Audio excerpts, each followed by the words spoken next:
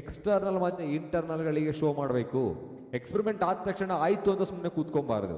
You have to show this, I have done this one sir ಅಂತ ಹೇಳಿ. Identify ಈ material, comment on it. ಇವೆರಡೂ ಕೂಡ slides ಇರ್ಬೋದು, ಇಲ್ಲ ಸ್ಪೆಸಿಮನ್ ಇರ್ಬೋದು, ಫೋಟೋಗ್ರಾಫ್ ಇರ್ಬೋದು. ಏನಂತ ಹೇಳ್ಬೋದು? ಅನಾಫೇಸ್. ಮೆಟಾಫೇಸ್ ಆದ್ಮೇಲೆ ಅನಾಫೇಸ್ ಕಂಪ್ಲೀಟ್ ಆಗಿ ಡಿವೈಡ್ ಆಗ್ತಾ ಇದ್ರೆ. ಹಾಯ್, ಹಲೋ ಎವ್ರಿವಾನ್, ನಮಸ್ಕಾರ ಎಲ್ರಿಗೂ. ಹೇಗಿದ್ದೀರಾ ಎಲ್ರು? I hope you all doing great and welcome back. So in this session practical exam ಬಗ್ಗೆ ಡಿಸ್ಕಸ್ ಮಾಡೋಣ. ಅಂದ್ರೆ ನೀವು ಬೋರ್ಡ್ ಎಕ್ಸಾಮ್ ಬರೆಯೋಕ್ಕೂ ಮುಂಚೆ ಪ್ರಾಕ್ಟಿಕಲ್ ಎಕ್ಸಾಮ್ ಬರೀಬೇಕಾಗಿರುತ್ತೆ. 70 ಎಸ್ಪೆಷಲಿ ಬಯಾಲಜಿಯಲ್ಲಿ ಮಾತಾಡ್ತಾ ಇದ್ದೀನಿ, ಬಯಾಲಜಿ, ಕೆಮಿಸ್ಟ್ರಿ ಮತ್ತೆ ಫಿಸಿಕ್ಸ್ ಅಲ್ಲಿ 70 ನೀವು ಥಿಯರಿಯನ್ನು ಬರೆದ್ರೆ 30 ಪ್ರಾಕ್ಟಿಕಲ್ ಎಕ್ಸಾಮ್ ಇಂದ ಬರುತ್ತೆ. ಆದ್ರೆ ಪ್ರಾಕ್ಟಿಕಲ್ ಎಕ್ಸಾಮ್ ಬರದ ತಕ್ಷಣ ನಿಮಗೆ 30 ಔಟ್ ಆಫ್ 30 ಬರಬೇಕು ಅಂತ ಏನಿಲ್ಲ ಅಲ್ವಾ? ಅದರಲ್ಲಿ ಯಾವ ತರ ಮಾರ್ಕ್ಸ್ ಡಿಸ್ಟ್ರಿಬ್ಯೂಟ್ ಆಗಿರುತ್ತೆ? 2025-26 ಅಕಾಡೆಮಿಕ್ ಇಯರ್ ಅಲ್ಲಿ ವೈವಾ ಕ್ವಶನ್ಸ್ ಗಳನ್ನ ಕೇಳ್ತಾರಾ? ವೈವಾ ಕ್ವಶನ್ಸ್ ಗಳನ್ನ ಕೇಳಲ್ಲ ಅಂತ ಹೇಳಿದ್ರೆ ಅದ್ರ ಬದಲಿಗೆ ಬೇರೆ ಯಾವ ಒಂದು ಕ್ರೈಟೀರಿಯಾ ಇಟ್ಕೊಂಡು ಮಾರ್ಕ್ಸ್ ಅನ್ನ ಕೊಡ್ತಾರೆ? ಹೇಗಿರುತ್ತೆ ಈ ವರ್ಷ ಕಂಪ್ಲೀಟ್ ಪ್ಯಾಟರ್ನ್ ಅಂತ ತಿಳ್ಕೊಳ್ಳೋಣ ಇವಾಗ, ಓಕೆನಾ? So if you are in second PUC and if you are preparing for your practical exam, this is for you. Second PUC biology practical exam complete road map ಇಲ್ಲಿದೆ. ಈಗ ನಿಮಗೆ ಮಾರ್ಕ್ಸ್ ಡಿಸ್ಟ್ರಿಬ್ಯೂಷನ್ ಹೇಗಿರುತ್ತೆ? Out of 30 complete ಆಗಿ ನಿಮಗೆ 70 + 30 ಅಂತ. 70 theory exam ಬರೆದಿರ್ತೀರಾ, 30 practical exam. ಆ 30ಯಲ್ಲಿ ಪ್ರಾಕ್ಟಿಕಲ್ ಎಕ್ಸ್ಪೆರಿಮೆಂಟ್ಸ್ ನೀವೇನ್ ಮಾಡ್ತೀರಾ ಈಗ ಒಂದು ಪ್ರಾಕ್ಟಿಕಲ್ ಲ್ಯಾಬ್ ಅಲ್ಲಿ, ಸೊ ಅದು ಕಂಪ್ಲೀಟ್ ಆಗಿ 20 ಮಾರ್ಕ್ಸ್ ಇರುತ್ತೆ. ಅಂಡ್ ಐ ವಿಲ್ ಎಕ್ಸ್ಪ್ಲೈನ್ ಯಾವ್ಯಾವ ಎಕ್ಸ್ಪೆರಿಮೆಂಟ್ಸ್ ಗಳನ್ನ ಕೊಡ್ತಾರೆ ಬಯಾಲಜಿಯಲ್ಲಿ, ಮತ್ತೆ ನೀವು ಎಷ್ಟನ್ನ ಬರೀಬೇಕು, ಹೇಗೆ ಬರೀಬೇಕು ಅಂತ ಹೇಳ್ಕೊಡ್ತೀನಿ. ಸೊ 20 ಮಾರ್ಕ್ಸ್ ನೀವು ಪ್ರಾಕ್ಟಿಕಲ್ ಎಕ್ಸಾಮ್ ಏನ್ ಬರೀತೀರಾ ಅದು. ಅದ್ರ ಜೊತೆಗೆ ಪ್ರಾಕ್ಟಿಕಲ್ ರೆಕಾರ್ಡ್ಗೆ 5 ಮಾರ್ಕ್ಸ್ ಇರುತ್ತೆ.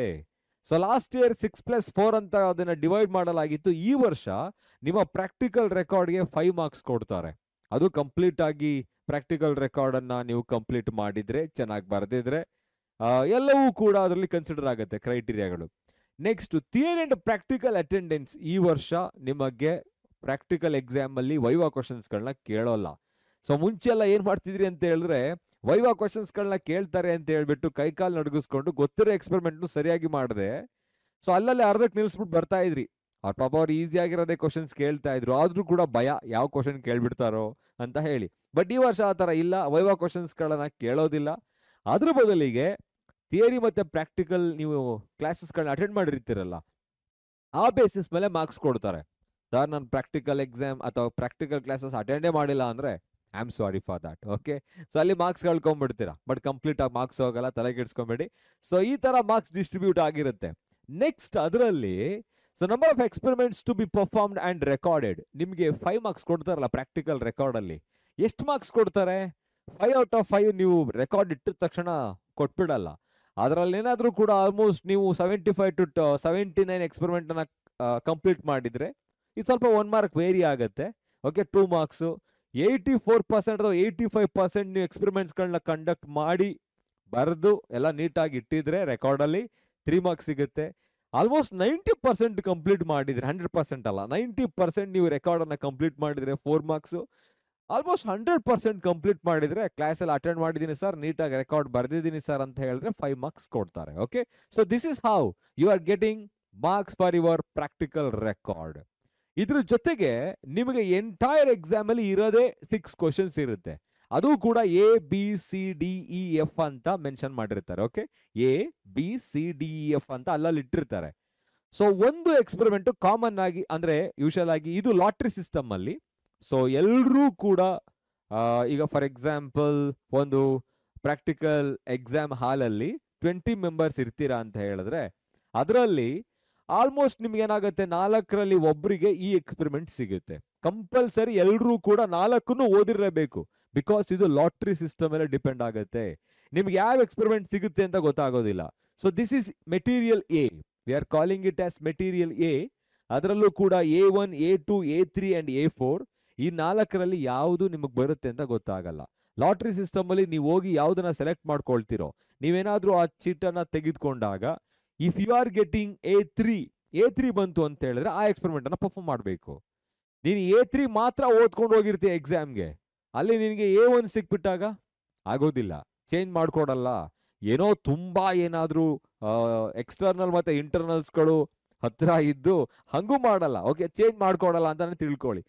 Better to practice all these 4 experiments because ನಿಮ್ಗೆ ಗೊತ್ತಿಲ್ಲ ಯಾವ್ದು ಬರುತ್ತೆ ಅಂತ. ಇದು ಲಾಟ್ರಿ ಸಿಸ್ಟಮ್. ಯಾವ್ಯಾವ್ದು ಇರುತ್ತೆ ನೋಡಿ. Prepare a temporary slide to show the pollen germination from the given material A1 and calculate the percentage of a pollen germination.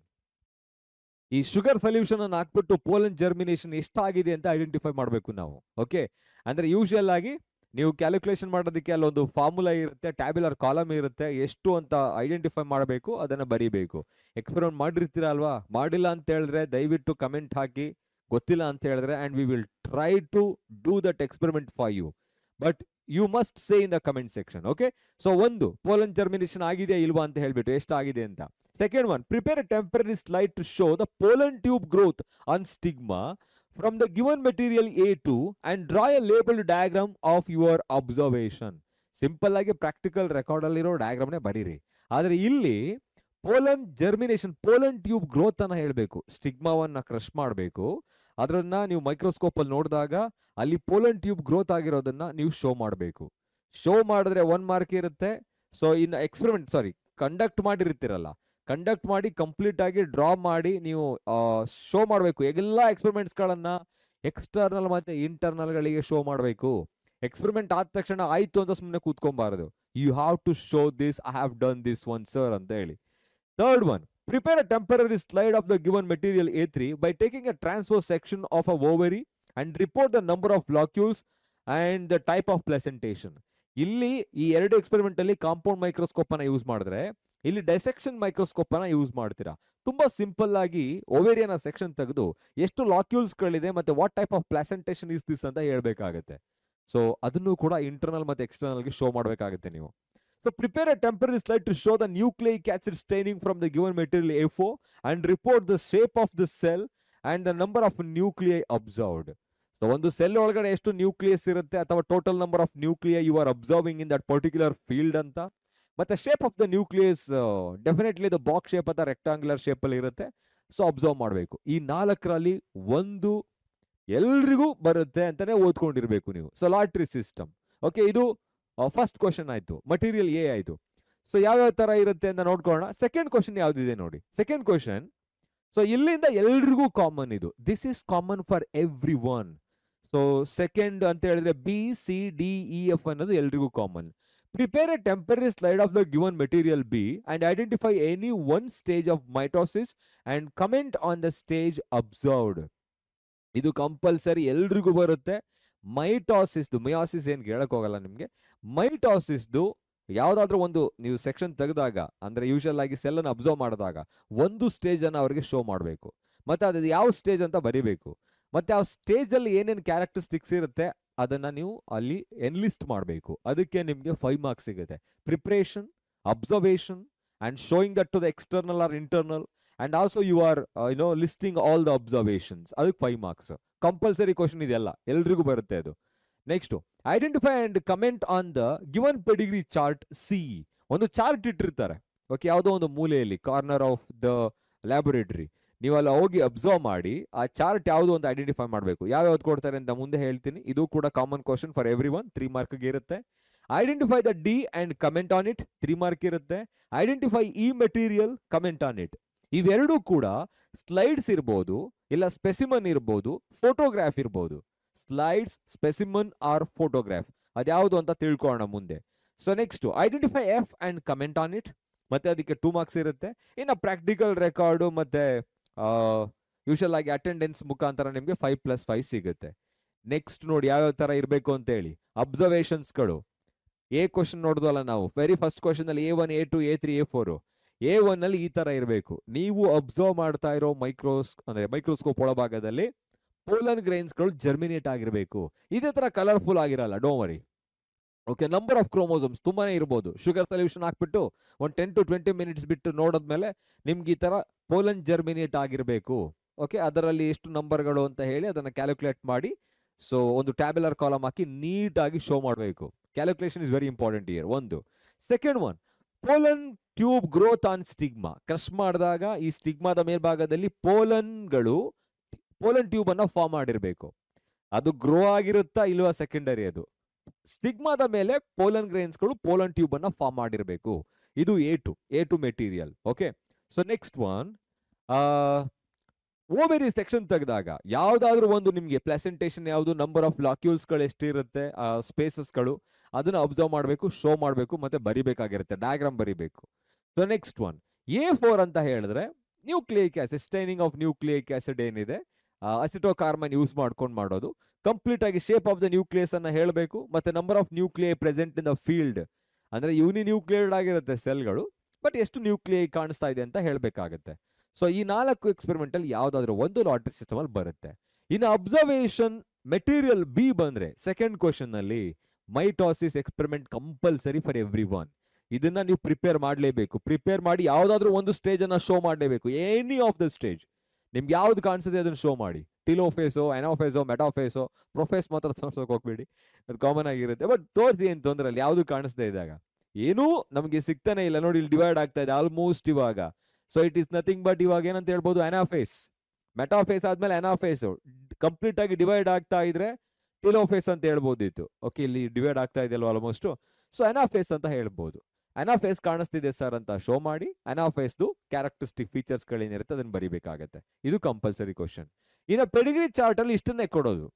ನಿಮ್ಮ ಟೆಕ್ಸ್ಟ್ ಬುಕ್ ಇಂದ ಹೇಗಿದೆ ಕರೆಕ್ಟ್ ಆಗಿ ನೋಡ್ಕೊಂಬಿಡಿ ಚಾರ್ಟ್ಗಳನ್ನ. ಆ ಚಾರ್ಟ್ ಅನ್ನ ಇಟ್ಟಿರ್ತಾರೆ, ಫೋಟೋಗ್ರಾಫ್ ಅನ್ನ ನೀವು ಬರಿಬೇಕಾಗಿರುತ್ತೆ. ಅದ್ರ ಬಗ್ಗೆ 3 ಮಾರ್ಕ್ಸ್ ಕೊಡ್ತಾರೆ, ಕಮೆಂಟ್ ಮಾಡಬೇಕು. So autosomal recessive, X linked dominant, X linked recessive, ಮತ್ತೆ ವೈ ಕ್ರೋಮೋಸೋಮ್ ಲಿಂಕ್ಡ್ ಏನಿದೆ ನಿಮ್ಮ ಲ್ಯಾಬೊರೇಟರಿ ಮ್ಯಾನ್ಯಲ್ ಅಲ್ಲಿ ಅಷ್ಟೇ ಕೇಳೋದು, ಯಾಕೆ ಎಕ್ಸ್ಟ್ರಾ ಕೇಳೋದಿಲ್ಲ. Next question, to be placed, ಇದನ್ನ ಅಲ್ಲಿ ಪ್ಲೇಸ್ ಮಾಡಿರ್ತಾರೆ. So question number 4 material D, material E ಅಂತ ಇರುತ್ತೆ. ಡಿ ಅಂಡ್ ಇ ಏನ್ ಕೇಳ್ತಾರೆ, ಇದು ಸ್ಲೈಡ್ಸ್ ಗಳು ಇಟ್ಟಿರ್ತಾರೆ. ಒಂದು ಸ್ಲೈಡ್ ಮೈಕ್ರೋಸ್ಕೋಪ್ ಇಟ್ಟಿರ್ತಾರೆ, ಅಲ್ಲಿ ಸ್ಲೈಡ್ ಇಟ್ಟಿರ್ತಾರೆ, permanent slide of the TS of ovary, ಅಥವಾ slide showing the TS of testis, mammalian ovary, and TS of ovary showing the female gametophyte or VS of blastula. ಯಾವ್ದಾದ್ರೂ ನಿಮ್ಮ ಸರ್ಗಳನ್ನೇ ಕೇಳಿ ಎಷ್ಟು ಇಡ್ತಾರೆ ಸರ್ ಏನು ಅಂತ ಹೇಳಿ, ಯಾವ್ದು ಇಡ್ತಾರೆ ಅಂತ ಹೇಳಲ್ಲ, ಇಷ್ಟ ಇರುತ್ತೆ ಅಲ್ವಾ. ಸೊ ಇಷ್ಟರಲ್ಲಿ ಯಾವ್ದಾದ್ರೂ ಒಂದು ಪ್ಲೇಸ್ ಮಾಡಿರ್ತಾರೆ, ಮೈಕ್ರೋಸ್ಕೋಪ್ ಅಲ್ಲಿ ನೋಡ್ಬೇಕು, ಅದ್ರ ಬಗ್ಗೆ ಕಮೆಂಟ್ ಮಾಡಬೇಕು ನೀವು. ಓಕೆ, ಯಾವುದು ಅಂತ ಐಡೆಂಟಿಫೈ ಮಾಡಬೇಕು, ಕಮೆಂಟ್ ಮಾಡಬೇಕು. Identification and comment. So 2 marks ಇರುತ್ತೆ. ಇಲ್ಲೂ ಅಷ್ಟೇನೆ. ಕ್ವಶನ್ ನಂಬರ್ 5 ಮೆಟೀರಿಯಲ್ ಇ ಅಲ್ಲಿ common disease causing organism, like ಕೆಲವು ಡಿಸೀಸ್ಗಳನ್ನ ಕೊಟ್ಟಿದ್ದಾರೆ, ಲೈಕ್ ಆಸ್ಕ್ಯಾರಿಸ್, ಎಂಟಮೀಬಾ, ಪ್ಲಾಸ್ಮೋಡಿಯಂ, ರಿಂಗ್ವರ್ಮ್, ಫಂಗಸ್, ಮತ್ತೆ ಪರ್ಮನೆಂಟ್ ಸ್ಲೈಡ್ಸ್ಗಳನ್ನ ಇಡ್ತಾರೆ. ಇಲ್ಲಿ ಪರ್ಮನೆಂಟ್ ಸ್ಲೈಡ್ ಮೋಸ್ಟ್ ಆಗಿ ಇಲ್ಲಿ ಸ್ಲೈಡ್ಸ್ ಅನ್ನ ಇಡಲ್ಲ. ಆಸ್ಕ್ಯಾರಿಸ್ ಅಂತ ಬಂದ್ರೆ ಸ್ಪೆಸಿಮನ್ ಇಡ್ತಾರೆ, ರೌಂಡ್ ವರ್ಮ್ ಸ್ಪೆಸಿಮನ್ ಇಡ್ತಾರೆ.